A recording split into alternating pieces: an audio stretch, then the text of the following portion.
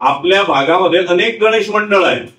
जसं वले सरांनी डीजेचं जे सांगितलं, तुम्हाला सांगतो तरुणांमध्ये अशा प्रकारची क्रेज आहे. मोठी मूर्ती आणायची, 10 दिवस त्या मूर्तीकडे फटकून पाहायचं नाही.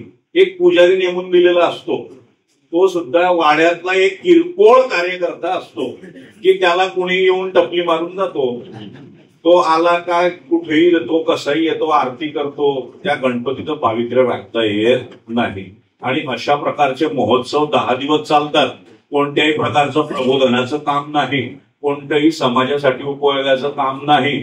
आणि शेवटचा दिवस आला रे आला की ते जे किरकोळ कार्यकर्ते 10 दिवस काम करतात त्यांना एका कोपऱ्यात टाकून दिलं जातं. आणि हे जे बाकीचे दंडांगे आहेत की जे पावतीच्या माध्यमातून, देणग्यांच्या माध्यमातून खूप मोठी रक्कम जमवतात, ती फक्त कशासाठी असते? शेवटच्या दिवशी धिंगाणा घालण्यासाठी. ही सुद्धा समाजाची फार मोठी समस्या आहे.